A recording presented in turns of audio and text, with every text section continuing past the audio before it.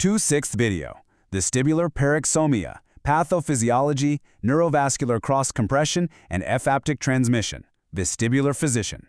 Welcome back to part 2 of our 6-part explainer series. Today, we're really getting into the weeds. We're going to rigorously detail the pathophysiology of this incredibly fascinating syndrome. You know, it's a condition that definitely sits at the deep end of peripheral vestibular practice, right?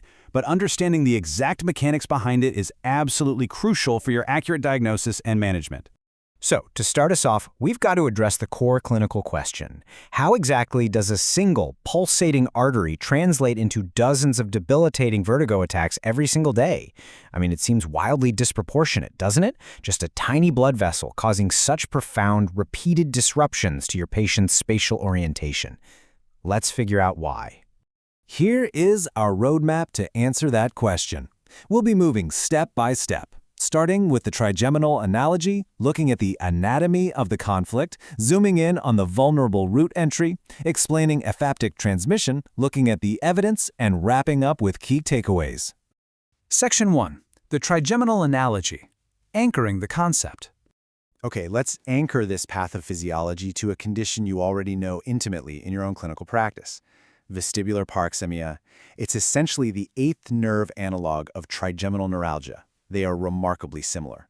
We're talking the exact same transitional zone demyelination, the exact same ephaptic short-circuit mechanism, and, crucially for us, the exact same responsiveness to sodium channel blockers. Basically, if you can explain trigeminal neuralgia, you already have the blueprint to explain vestibular paroxysmia. Section 2. Anatomy of the conflict. The macro view. Let's zoom in on this specific microsurgical anatomy where this neurovascular conflict actually happens. Just look at the crowded real estate we're dealing with in this cerebellopontine angle. You've got the long cisternal segment of the vestibulocochlear nerve, cranial nerve 8, and it is dangerously close to the surrounding vascular loops right there in that folded dura mater. It's a very tight squeeze. So, who's the primary culprit in this confined space? Well, the anterior inferior cerebellar artery, or AICA, is the offending vessel in a whopping 75% of these cranial nerve 8 conflicts. Sure, in a minority of cases, it might be the pica, a vertebro-basilar branch, or maybe a vein, but AICA is overwhelmingly the most common offender, making contact with the nerve. Section 3.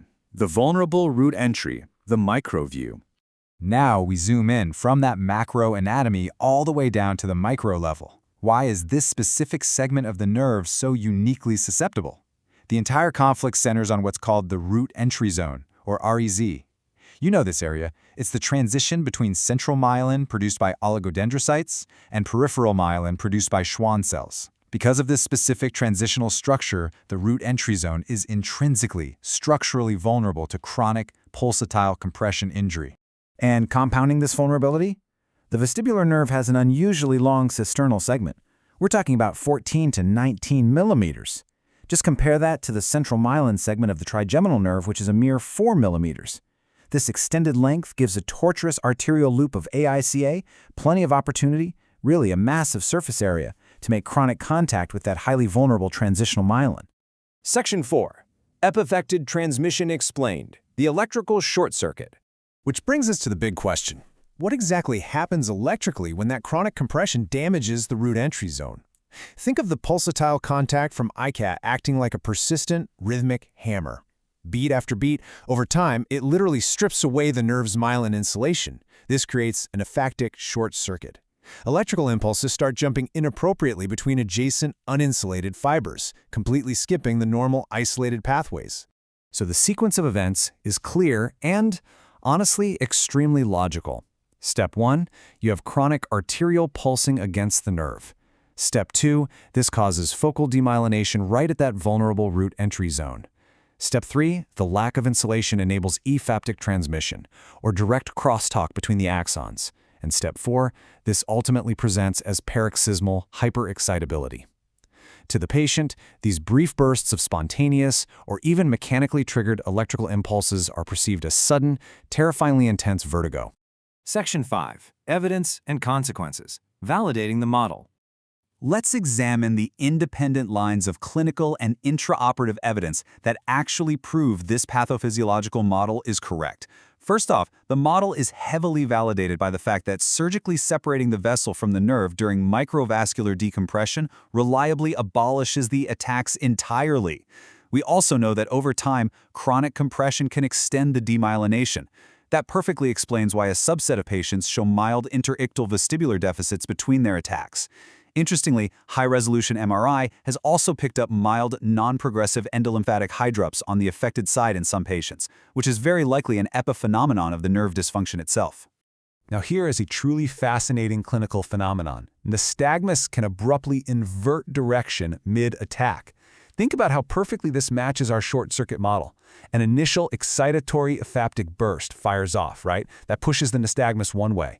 But then, it rapidly exhausts into a transient conduction block as those uninsulated fibers fail, pulling the nystagmus in the complete reverse direction. It is a real-time, highly visible manifestation of the electrical short circuit we've been talking about. Section 6. Key Takeaways. Summary. Let's wrap up this explainer by cementing the absolute most critical concepts you need for your practice. The big takeaway is that vestibular paroxysmia is a neurovascular conflict at the highly vulnerable root entry zone. The AICA is the offending vessel in about 75% of cases.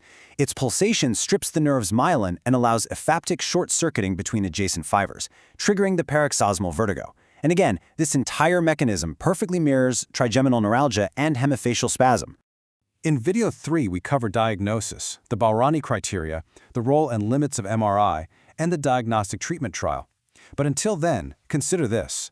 If structural imaging, like an MRI, only captures a static picture, how can we definitively capture an electrical short circuit that only happens in spontaneous, unpredictable bursts? Visit AustralianDizzinessClinics.com for the full literature review and clinical resources.